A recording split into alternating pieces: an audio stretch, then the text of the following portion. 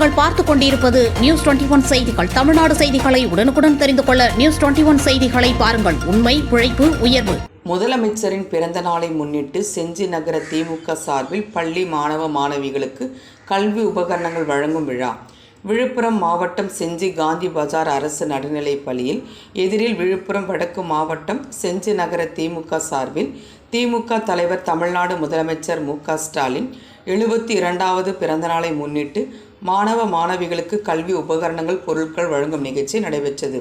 இதில் செஞ்சி நகர செயலாளர் கார்த்திக் தலைமை தாங்கினார். செஞ்சி பேரூராட்சி மன்ற தலைவர் மொய்த்தியார் அலி மஸ்தான் ஏற்பாட்டில் நடைபெற்ற நிகழ்ச்சியில் விழுப்புரம் வடக்கு மாவட்ட பொறுப்பாளர் செஞ்சி மஸ்தான் எம்எல்ஏ கலந்து கொண்டு 500க்கும் மேற்பட்ட பள்ளி மாணவ மாணவிகளுக்கு நோட்டு புத்தகம், பேனா, பென்சில் உள்ளிட்ட கல்வி உபகரண பொருட்களை வழங்கினார்.